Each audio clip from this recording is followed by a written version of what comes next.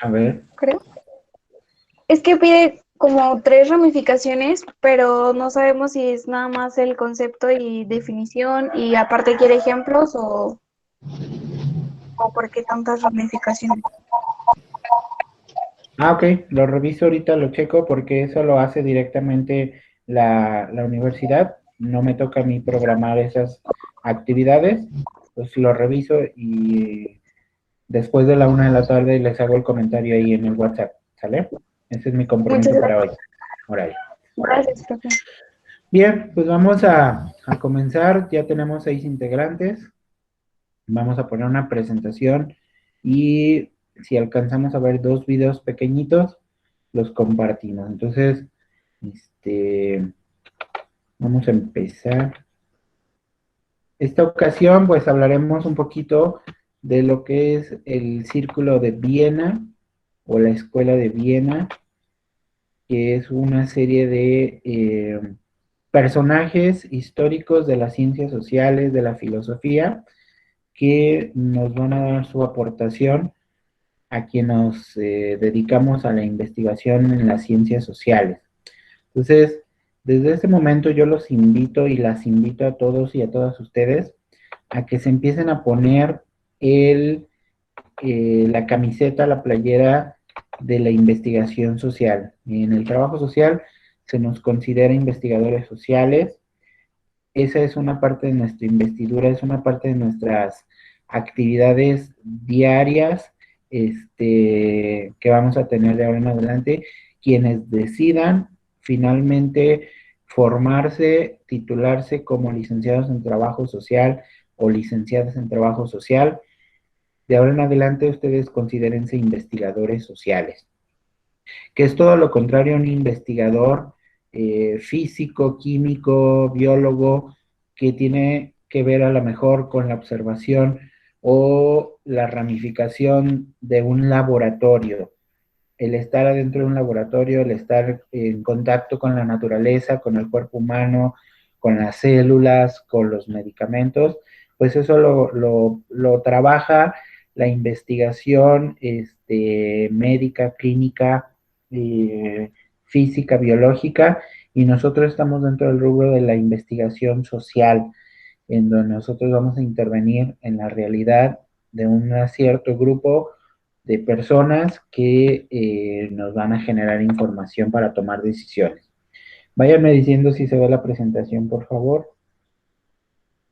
Sí se ve. Muy bien, entonces vamos a empezar. Ya tenemos 7 personas.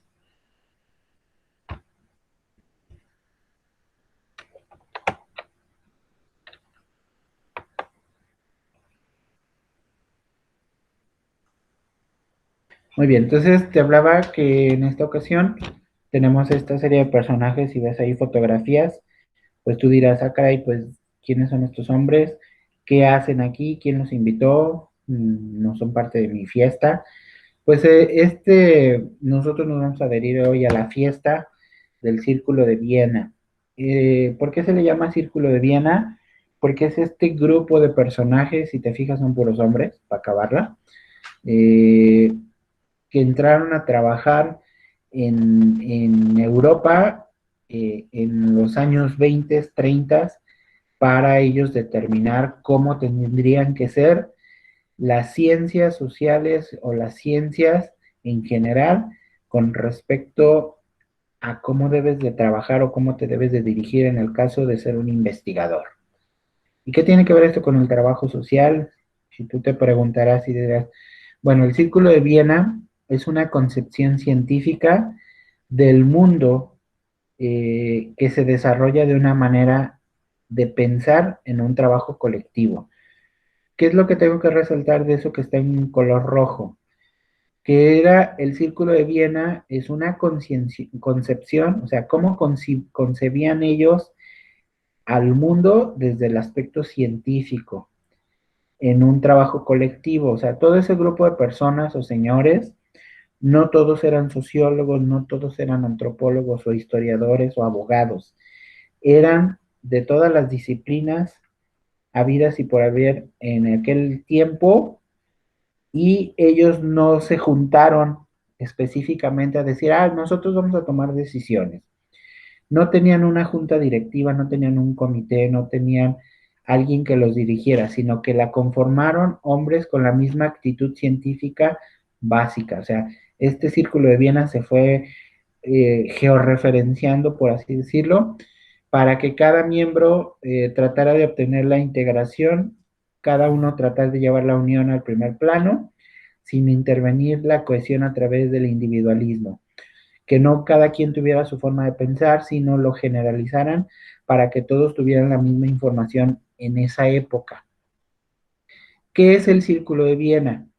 Originalmente fue conocido como el Wiener Kreis o el Círculo de Viena y fue un movimiento científico y filosófico. Entonces, esas dos cuestiones, la ciencia y la filosofía, son las que constituyeron el Círculo de Viena. ¿En qué momentos vivió ese Círculo de Viena famoso? Ya fue en el siglo XX, entre el año 1922 y desapareció en 1936.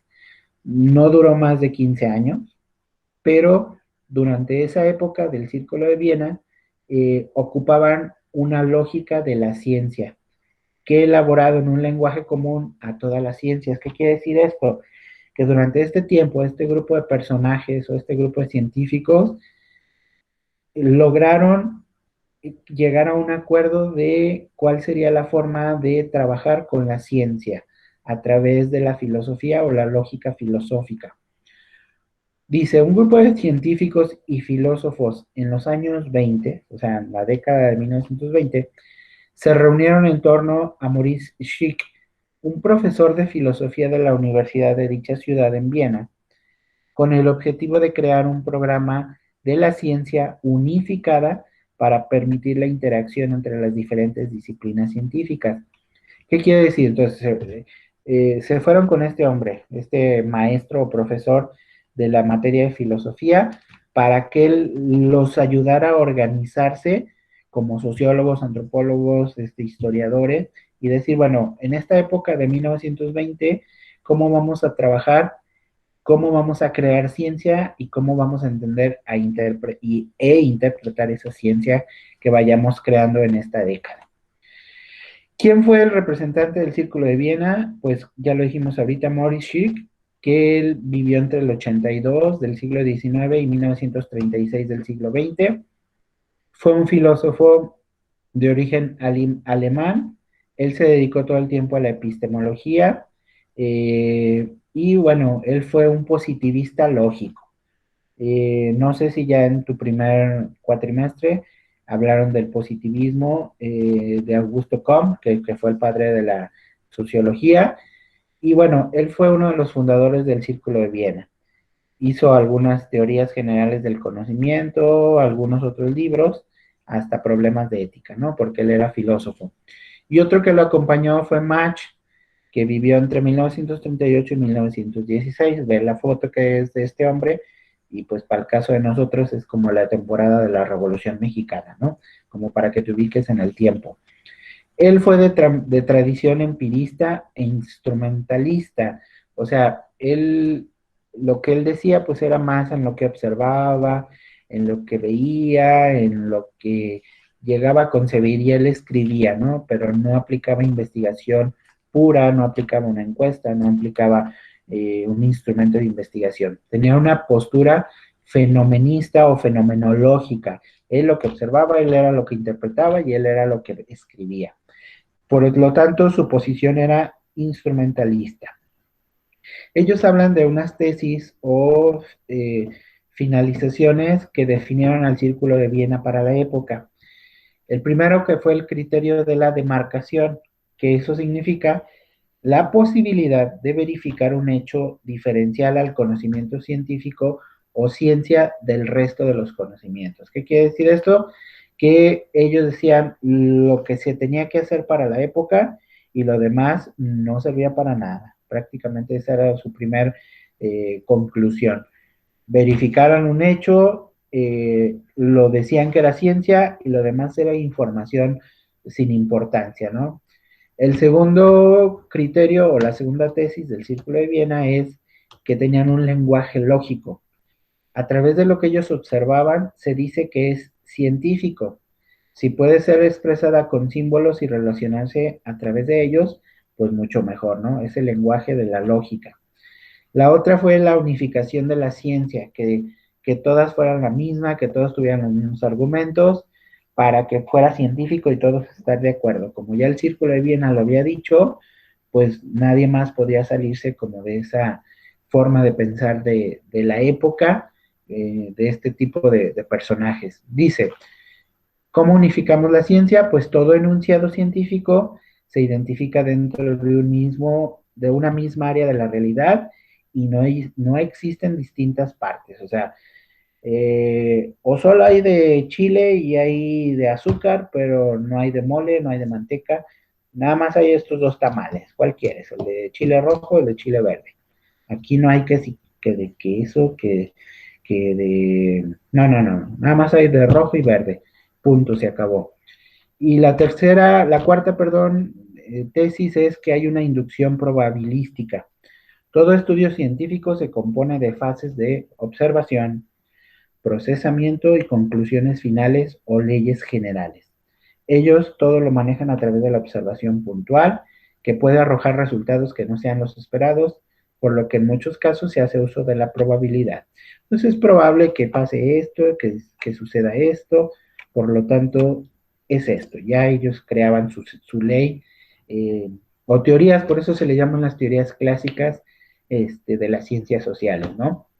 ¿Cuáles fueron sus ideas fundamentales de este movimiento de personajes de las ciencias sociales del siglo pues, XIX y principios del siglo XX? Pues la constitución de una ciencia unificada que abarca todos los conocimientos. O sea, ellos lograron ponerse de acuerdo para sacar adelante toda la información. Segundo, el análisis lógico siguiendo en este punto las ideas de los miembros del círculo. Tercero, la eliminación de cualquier referencia a la metafísica. Pueden prender sus micrófonos y decirme qué entienden en sus palabras muy personales, qué entienden en el concepto de metafísica. Con uno o dos de ustedes que me pueda decir qué entienden la palabra metafísica. Por favor, los escucho. Lo pueden leer el último punto y de ahí sacar su conclusión. ¿Qué es metafísica? Venga, sin miedo, sin vergüenza, venga.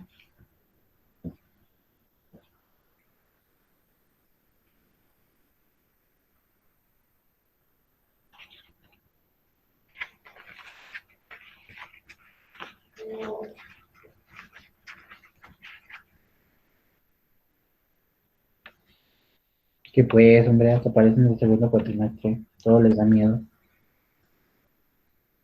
¿Nadie? Bueno, pues, bueno, yo para metafísica entiendo que es todo como lo místico o lo que no tiene como, a lo mejor, alguna forma así como de comprobar que sea verdad o no sé. Estás totalmente en la razón. O sea, estás acertando. Lo metafísico dice, no se puede llegar a un conocimiento de aquello que está más allá de la experiencia y una clarificación de un concepto.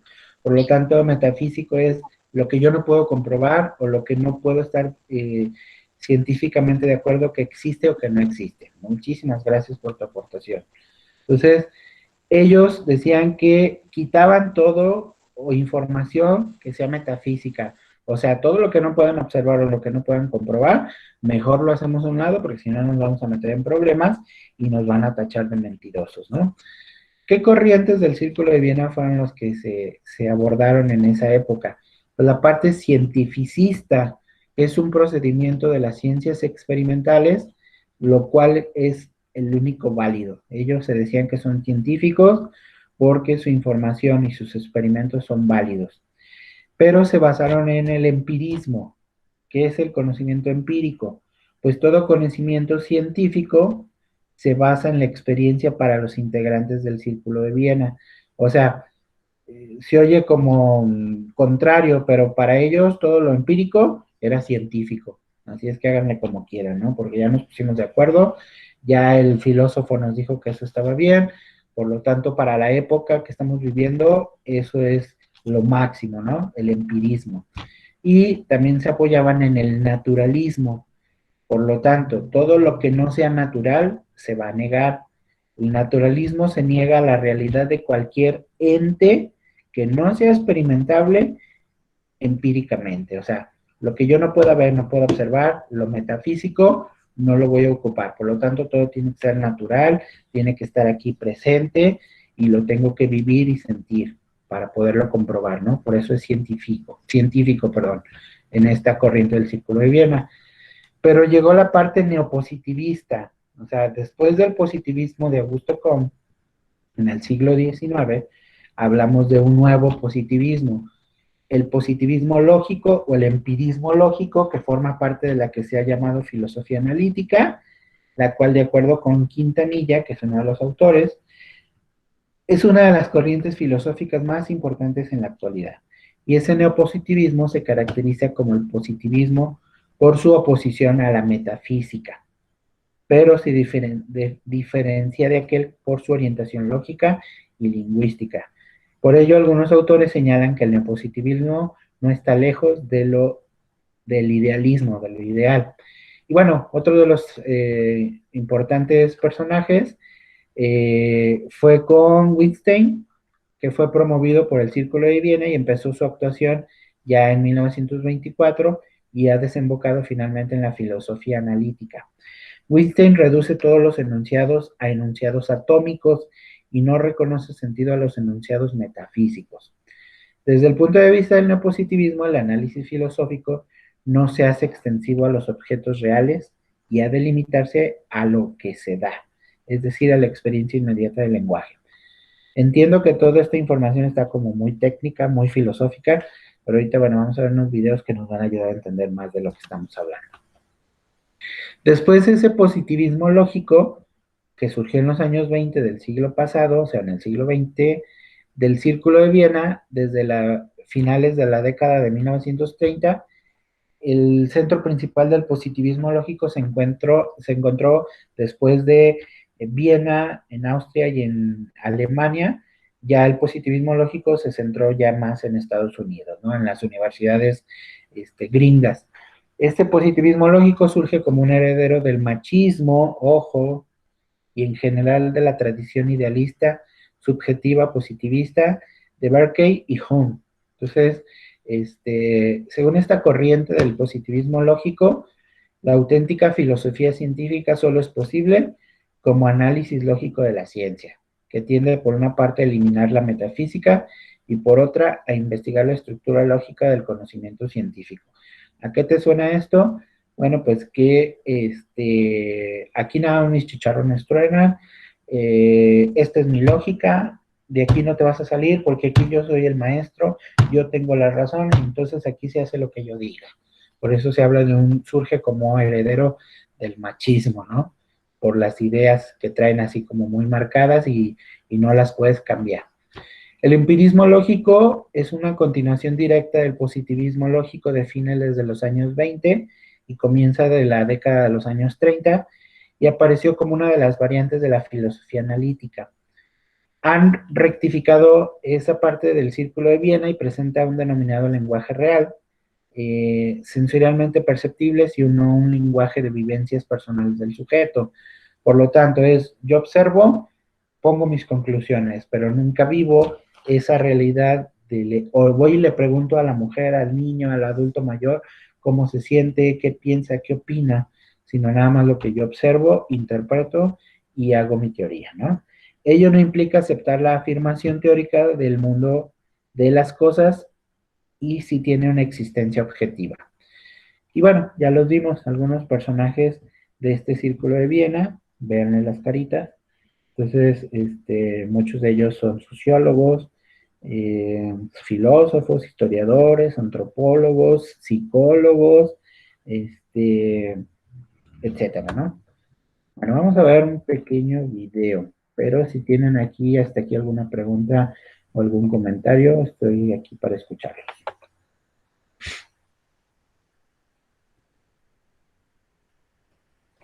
Vamos a darle oportunidad a los que no se alcanzaron a meter, a darles acceso. Hay solamente 9 personas el día de hoy.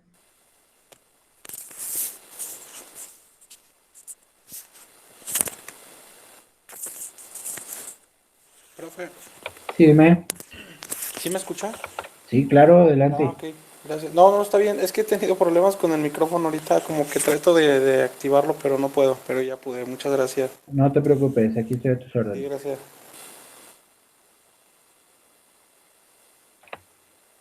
¿Cómo les ha ido con la tarea? ¿Han tenido algún problema con la elaboración de documentos? Recuerden que lo que vimos hace 8 días tienen hasta el día de mañana, más tardar domingo, a las 11:55 de la noche. Si lo van a entregar después ay, después de las 11:55 al día siguiente, sí se los recibo, pero siempre y cuando hayan hablado con la licenciada Xochitl para que les autorice la entrega de la documentación o del trabajo a destiempo, ¿sale? Bien, Es el vamos. cuadro sinóptico, ¿verdad, profe, lo que tenemos que entregar? Sí, es correcto y me lo mandan a mi correo. Ok. Sale. Entonces, lo que veamos hoy del Círculo de Viena, tienen para entregarlo todavía hasta el siguiente domingo. Entonces, tenemos una semana completita de ventaja para todo esto. Estamos bien, ¿no? En los tiempos. Bien, voy a poner un video sobre el Círculo de Viena y ahorita hacemos algunos comentarios y conclusiones.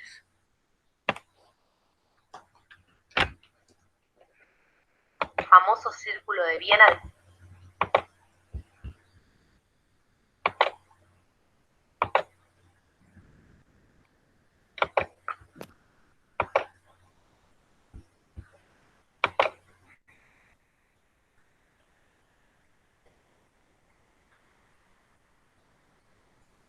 Dentro de la filosofía contemporánea.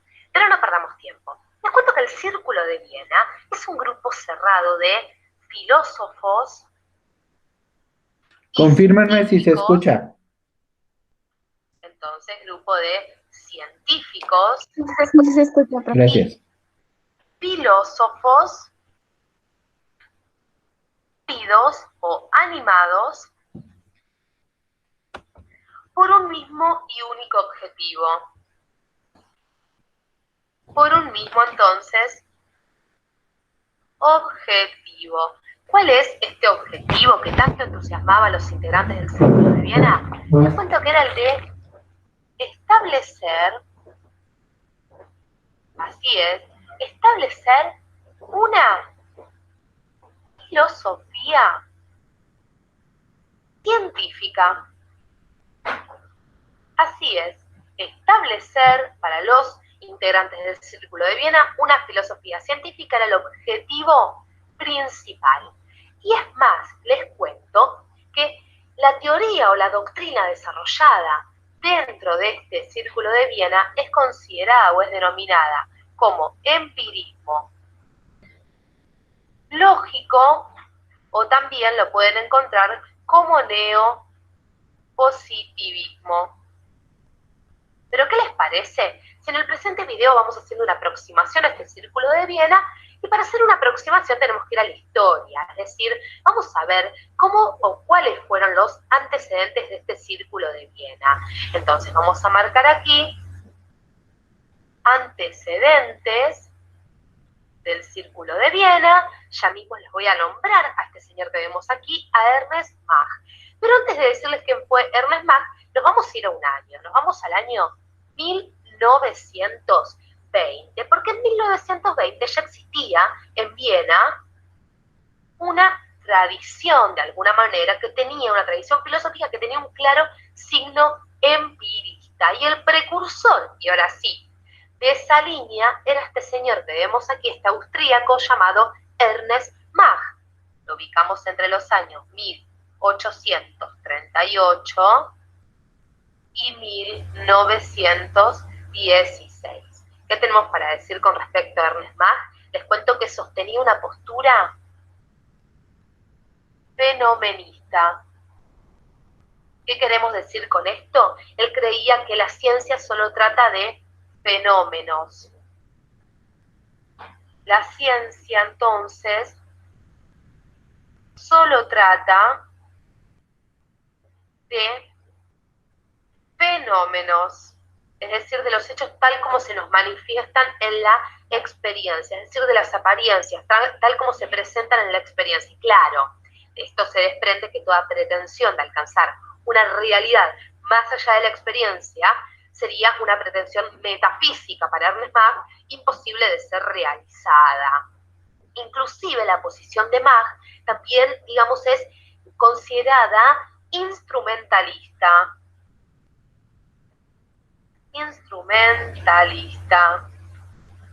¿Por qué? Porque los estudiosos de él consideran que para él el fin de la ciencia era la economía del pensamiento. Es la economía, por decirlo de forma rápida, del pensamiento. Es decir, para que ustedes entiendan, enunciar leyes y teorías que ahorrarían muchas experiencias y mucho trabajo. Sigamos adelante con los antecedentes. Conocimos a Ernest Mach, un fenomenista que creía que la ciencia solo trataba de fenómenos. Nos vamos con este señor que vemos aquí. Como podemos leer, Moritz Schlick. Pero antes de hablar de Moritz Schlick, vamos a ir al año 1895. ¿A qué lugar nos vamos? A la Universidad de Viena, porque en ese año se crea en la Universidad de Viena la cátedra, pueden ir anotando, de Filosofía de las Ciencias Inductivas. Cátedra entonces de Filosofía de las Ciencias Inductivas. Y ahora sí nos vamos a Moritz Schlick. ¿Por qué? Porque en el año 1922 será Moritz Schlick quien ocupe el mando de alguna manera de esta cátedra de las ciencias inductivas. Les cuento que Moritz Schlick nace en 1882 y muere en el año 1936. Y él también va a arribar desde el campo de la física. Para Schlick vamos a hacer una breve mención a su pensamiento. Para Schlick, un enunciado no comprobable empíricamente es un enunciado sin sentido. Entonces, enunciado sin sentido es aquel, como decíamos, no comprobable empíricamente. Sigamos adelante. ¿Por qué? Porque, por ejemplo, él dice que un enunciado sin sentido es aquel no comprobable empíricamente y además puede ser también un enunciado mal construido, es decir, no es ni verdadero ni falso. Por ejemplo, si yo les digo el perro abajo, rojo, ellos, sí, una oración así, una proposición de esa forma no tiene sentido. Entonces, básicamente lo que quiero que les quede claro, para que tengan una idea del pensamiento de Moritz Schlick, es que un enunciado para él sin sentido es aquel no comprobable empíricamente. Es decir, un enunciado que esté mal construido. Sigamos adelante. ¿Por qué? Conocimos dos personajes antecedentes y hay algo a destacar. Moritz Schlick es considerado, y ahora sí, nos metemos de lleno, el fundador del Círculo de Viena. Fundador, entonces, del Círculo de Viena, dato muy importante. Ya que hablamos del Círculo de Viena, vayamos al próximo resumen. ¿Por qué? Porque ¿cómo podemos resumir el espíritu del Círculo de Viena? Bueno, hemos hecho este pequeño cuadrito, esta pequeña red. Por un lado, vamos a ver las características entonces.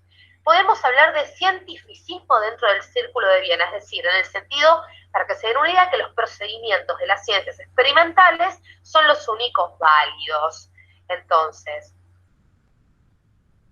procedimientos de las ciencias, como decíamos, experimentales,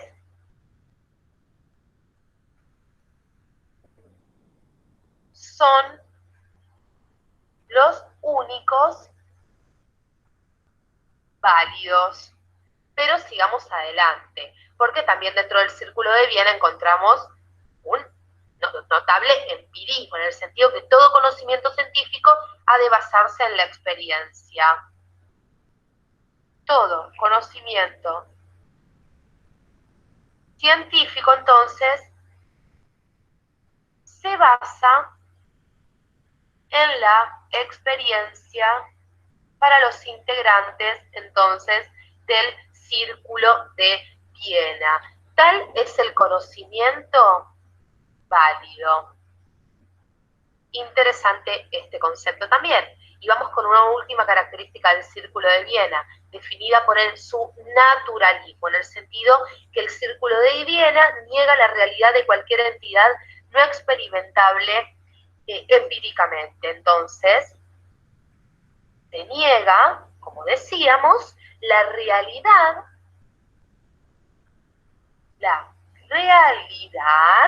de cualquier ente,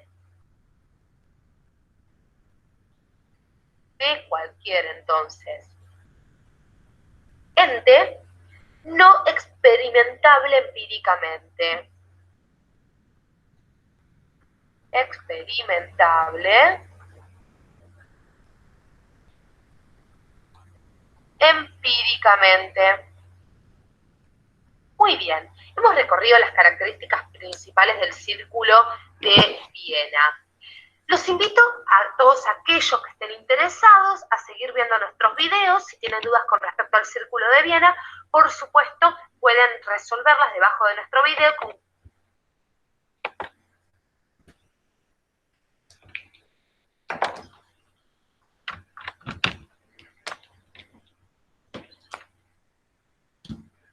Muy bien, chicos, prendan sus micrófonos, por favor.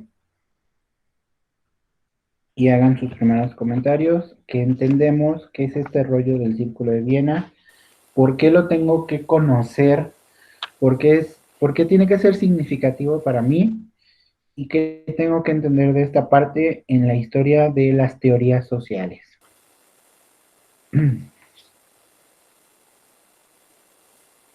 Porque tal pareciera que es un rollo de físicos, de filósofos, de personas aburridas, pero pues ¿qué tienen que ver conmigo si yo voy a ser trabajador o trabajadora social?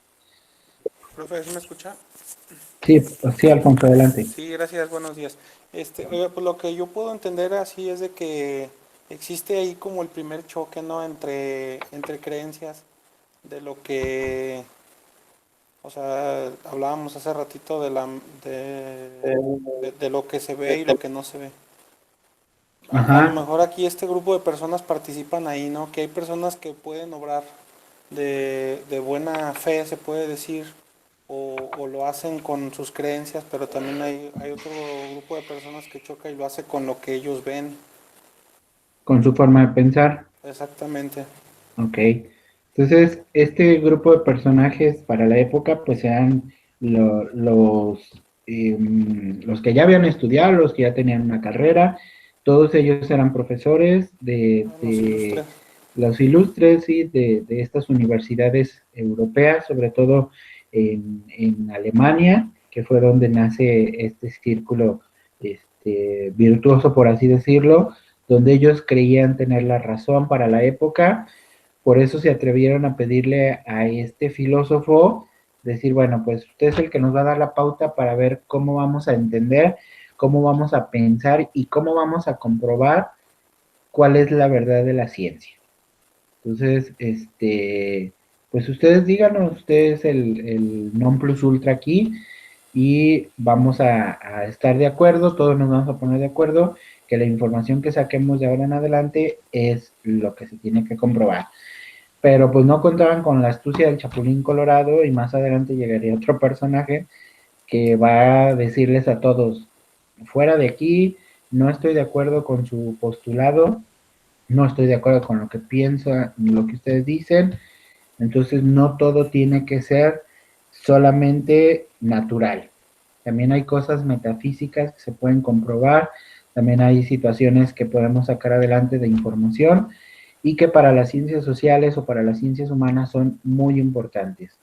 Está toda la parte espiritual, toda la parte religiosa, toda la parte que está más allá de lo que no se puede tocar y que también va comprobado y que también va científicamente y que hay algunos otros elementos. Y a este personaje, pues fue Karl Popper, que es el que les va a venir a decir, quítense que ahí les voy. Entonces, vamos a revisar esta pequeña información, que fue la contrapunteada o el versus Círculo de Viena. A ver.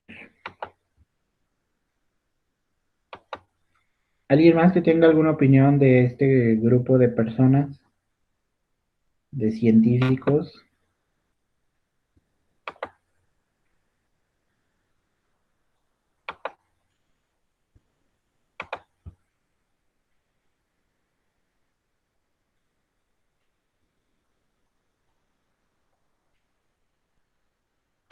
El elemento que vamos a tener en cuenta es el Círculo de Viena. El Círculo de Viena es una reacción a inicios, o bueno, mitad, o sea, los primeros 20 años del siglo XX, y el Círculo de Viena va a plantear una postura que va a estar a favor del conocimiento científico. Hemos observado cómo para Comte, para el positivismo, la ciencia es lo más importante. Para Marx también lo será, no lo hemos mencionado, pero él afirma que el conocimiento científico es lo que nos ayuda a entender qué es lo que sigue después. Para él, para Marx, la historia es lo que va a ayudarnos a entender. Para el existencialismo, como para Nietzsche, la realidad cambia, ya no es la sociedad en la que uno debe estar, sino debe prestarle atención más al hombre y cómo se desarrolla el hombre en esta sociedad. Wittgenstein va a virar al lenguaje. Y es este lenguaje el que va a ser apropiado por el Círculo de Viena, este lenguaje lógico, el primer Wittgenstein.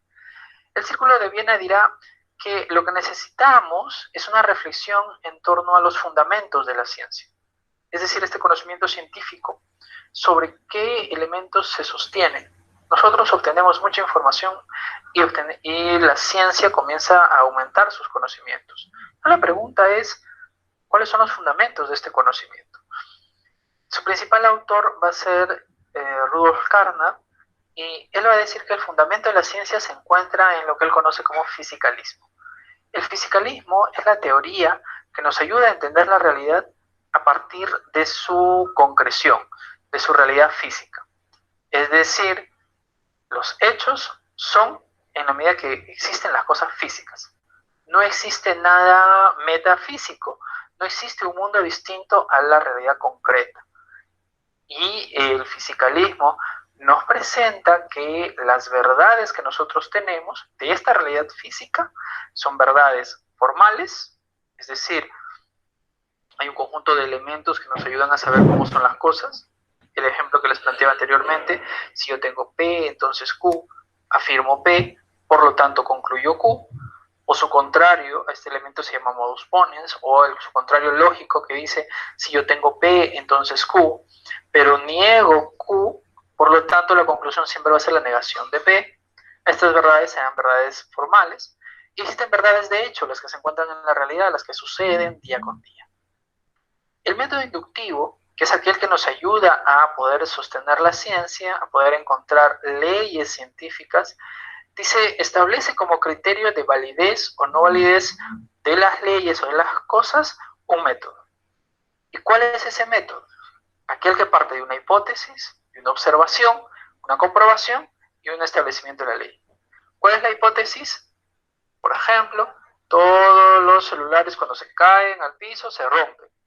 Uno puede observar una y otra vez que eso es una realidad de tal manera que uno suelta un celular y se rompe, uno suelta un celular y se rompe, uno suelta un celular y se rompe, y se comprueba entonces que uno suelta su celular y se rompe.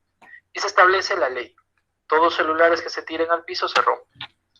En ese sentido, el conocimiento científico se afirma a partir de la corroboración, de la comprobación de la información de la hipótesis. A esta teoría del Círculo de Viena ha sido contrapuesta por Karl Popper.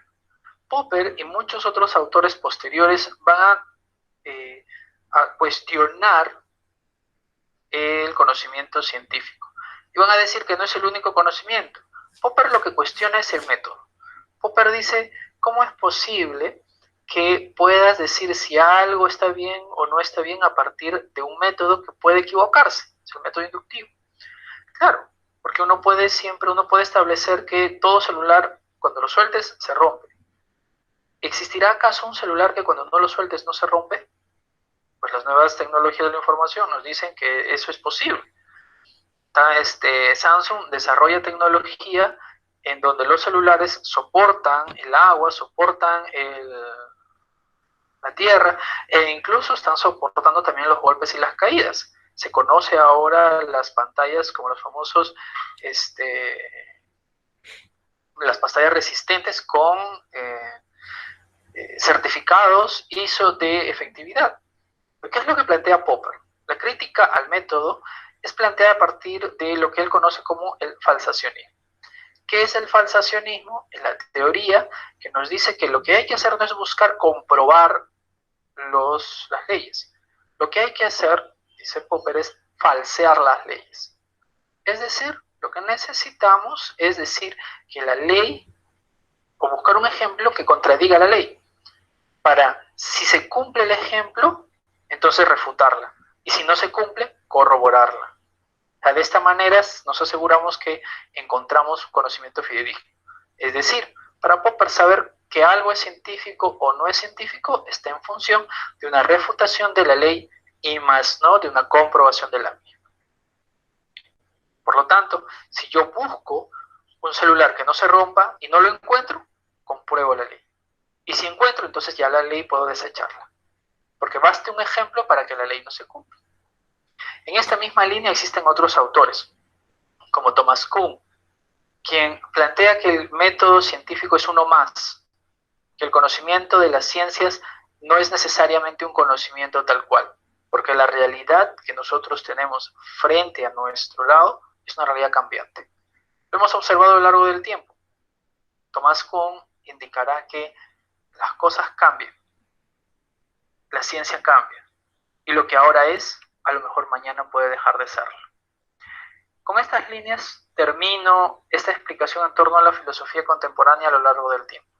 Espero que les haya podido ayudar y cualquier cosa estamos en contacto en el curso.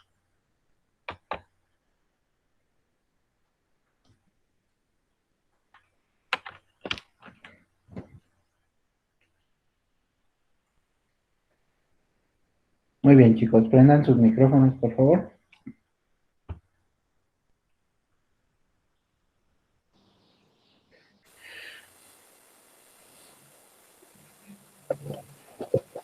Entonces, que vino hablamos de este nuevo personaje y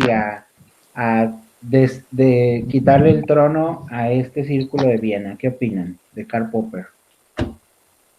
Hay mucho que hablar de él, pero bueno, solo fue una pequeña introducción de por qué este hombre vino a decirles, no, ustedes están, pero si operados del cerebro, mis chavos, así como lo entenderíamos ahorita. Pues yo creo... A ver, Nacho, perdón. Yo creo que es porque básicamente él no se quedaba solamente con, si ellos dicen que es así, así va a ser. O sea, buscaba realmente comprobarlo, porque como basta con solo un ejemplo de que no se cumple la regla para que ya no sea válida. Entonces, aceptaba tal cual lo que ellos decían sin antes, pues, haberlo comprobado. Así es. Cuando nosotros nos enojamos con nuestras parejas, nuestros novios, nuestros hermanos, ¿qué es lo que le decimos para poderlo disculpar o perdonar a esa persona después de que nos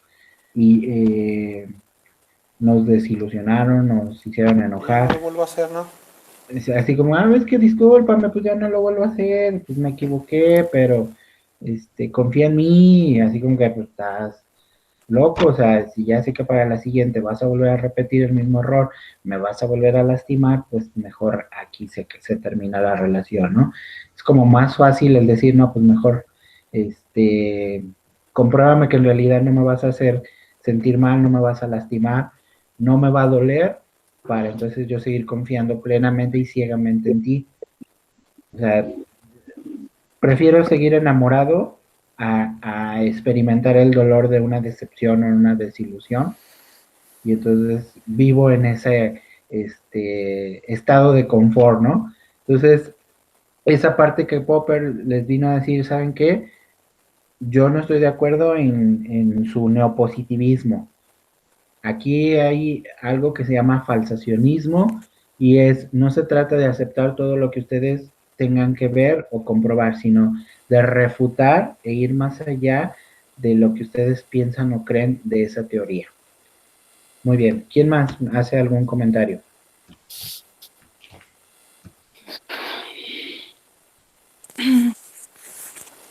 Bueno, pues aquí nada más reforzando lo que decía Teresita, que antes había una creencia, ¿no? Que decía que un rayo no cae dos veces en el mismo lugar. Pero con las nuevas tecnologías, que ya ahora ya, por ejemplo, las cámaras de seguridad y todo eso han grabado fenómenos,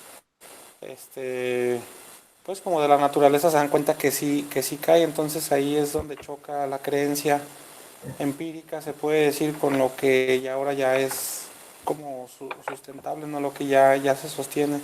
Y Así es. Popper, así por lo que yo veo, él venía a buscar algo más, o sea, decía, bueno, está bien, ustedes creen esto porque lo han escuchado, pero no se han puesto a investigar o no han puesto a ver si realmente existe algo más. Así es. Yo quiero preguntarle a nuestra compañera Nazaria, ella que está como en una formación diferente a la que nosotros llevamos de manera espiritual. Nazaria, tú que has estado más de cerca en esta parte del estudio de la teología, ¿te ha tocado vivir alguna experiencia de alguna persona que no profese la religión que tú profesas y que muchos profesamos, y cómo debates esta parte del conocimiento o de la información en referencia a que te ha tocado defender tu creencia?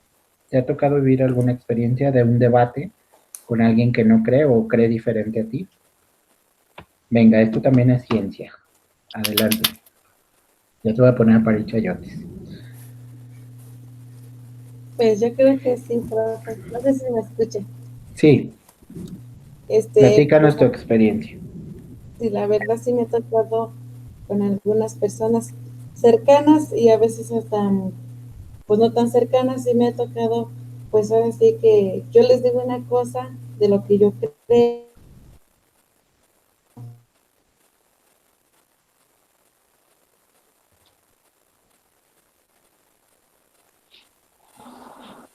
Perdón, te congelaste, no sé si sea tu internet, no sé si nos escuches.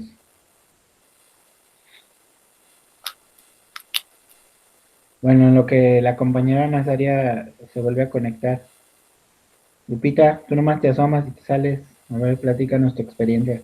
Ándale.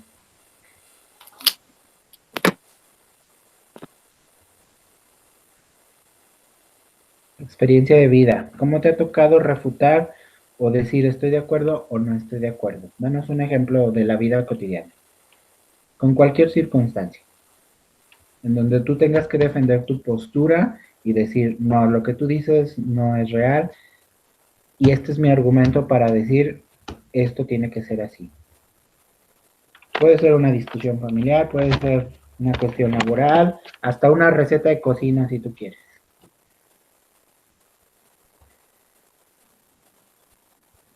Lo vivo aquí en mi casa día con día. Ajá. En que las hijas de mi esposo son muy vagas. Okay. Y les digo, es que cálmense, al rato vienen las consecuencias. Y les vale. se salen a las horas de la noche y no llegan. Y ahorita una ya salió embarazada. Ok. Y le digo, ¿ves? Pero ya es el segundo bebé, madre soltera. Y le digo, ¿ves lo que te digo? Pórtate bien. Y entonces ella dice, pues, ¿tú qué vas a saber? Tú no eres mi mamá. Ajá. ¿A ti qué te importa? O sea, Exacto. son los argumentos de decir, bueno, yo no tengo como, si nosotros quisiéramos meter una teoría para sustentar este argumento que nos acaba de dar Lupita, y que yo creo que muchos lo hemos vivido en la experiencia de algún familiar, primo, cercano, o hasta en el aspecto muy personal, pues es la parte de decir, bueno, ¿cómo compruebo yo o cómo le doy validez a lo que un adulto me está diciendo si yo soy un adolescente? Yo estoy viviendo mi vida, no te metas con mi vida, estoy aprendiendo a vivir, y si esa es la manera en la que yo tengo que ser consciente de lo que estoy viviendo, pues adelante. Pero ¿qué hay detrás de toda esta teoría científica o de esta teoría social que yo tengo que abordar o entender para yo no cometer los errores que estoy cometiendo ahorita? ¿Cuál es la diferencia entre una persona que no tiene estudios y una persona que sigue estudiando? ¿Quién me dice? ¿Quién gusta? Aquí entra lo que decimos, ¿no? Bueno, yo entendía o entiendo por empirismo, cuando uno dice aprendió de manera empírica, es decir, por sus propios medios aprendió las lecciones o aprendió lo que se debe o no se debe de hacer. Y aprender de manera científica es lo que estamos haciendo ahorita, o sea, sentarnos, escuchar a alguien que sabe, leer un libro, ver un video. O sea, hay dos maneras de aprender, una es empírica y la otra es científica. Empírica es así, o sea, como que conforme la vida me va tratando voy aprendiendo, y la otra es me siento a escuchar, a ver qué es lo que puede pasar si tomo alguna decisión, y de manera profesional lo entiendo o lo comprendo antes de que me pase algo. Así es, totalmente de acuerdo con Alfonso, y ahí es donde le tenemos que dar esta aportación a Lupita con esta historia que ella le está tocando vivir ahorita, ¿no? ¿Cómo meto esta parte del empirismo a cómo tengo que hacer ahorita en mi rol de no ser la mamá, pero estoy viviendo como la esposa del papá de las muchachas, y o la pareja del papá de las muchachas, pero a final de cuentas yo no soy la mamá, y ellas no ejercen sobre mí ningún afecto o ningún un gancho afectivo para que yo pueda surgir o generar ese sentimiento de ser mamá. Entonces, ella puede estar en la disyuntiva de decir, ¿cómo le hago? ¿Me meto en mi rol ahorita de empezar a estudiar trabajo social y las oriento como tienen que ser ellas? ¿O simplemente las dejo que ellas vivan su vida y hasta donde yo pueda intervenir? Entonces ella está como en ese doble, ese estar entre la espada y la pared de qué hago, lo hago o no lo hago. Y bueno, estoy empezando la carrera, no tengo tantas herramientas, no tengo tantos elementos, pero bueno, está mi interés de quererlas ayudar, de aconsejarlas, a final de cuentas, aunque ellas me avienten o me den la puñalada por la espalda. Si es así o no es así, Lupita. Sí, así es, justo. Bueno, pues te entendemos, yo creo que la mayoría sabemos por lo que estás pasando, y pues te mandamos un abrazo virtual para que salgan adelante. Igualmente. Chicos, pues lamentablemente el tiempo es nuestro peor enemigo.